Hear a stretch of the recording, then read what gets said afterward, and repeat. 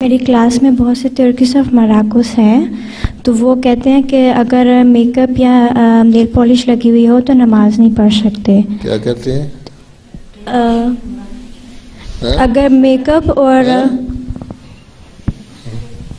اگر میری کلاس میں ترکش اور مراکش بچیاں ہیں، وہ کہتی ہیں کہ اگر نیل پالش لگی ہو تو نماز نہیں ہوتی۔ نماز نہیں ہو سکتی؟ اچھا، ان سے کہو نہ پڑھا کریں، وہ تو ہمارے میں ہے وہ نہ پڑھا کریں، ہم تو اس کو جائز سمجھتے ہیں۔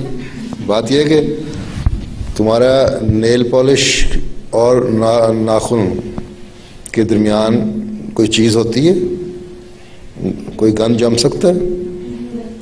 نیل پالش اور ناخن کے درمیان جب تم نیل پالش لگاتی ہو تو اس کے درمیان میں کچھ گند آ جاتا ہے؟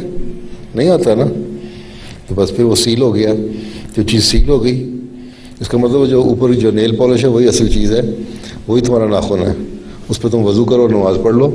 یہ یوں ہی مولویوں نے مسئلے بنائے ہوئے ہیں، نماز نہ پڑھنا زیادہ بڑا گناہ ہے، اور نسبت اس قسم کے مسائل کر کے تو نمازوں کو چھوڑنا ٹھیک ہے۔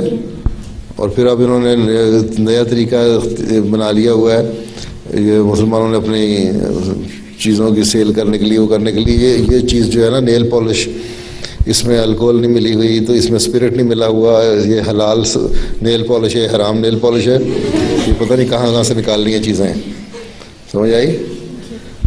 تمہارا یہ کہ میک اپ کیا ہوا ہے تو وضو نہ کرو اس بہانے کہ ہم نے میک اپ کیا ہوا، میک اپ خراب ہو جائے گا، وہ غلط ہے۔ باقی نیل پالش تو خود نے تو سیل کر دیا تمہاری چیز کو، تو صاف چیز ہے، وضو کرو اور پڑھ لو۔ جو گند آئے گا اس نیل پالش کے اوپر آئے گا نا، وہ وضو سے صاف ہو جائے گا، اس کے نیچے تو کوئی گند نہیں ہے۔ مقصد ایک مقصد تو یہی ہے نا۔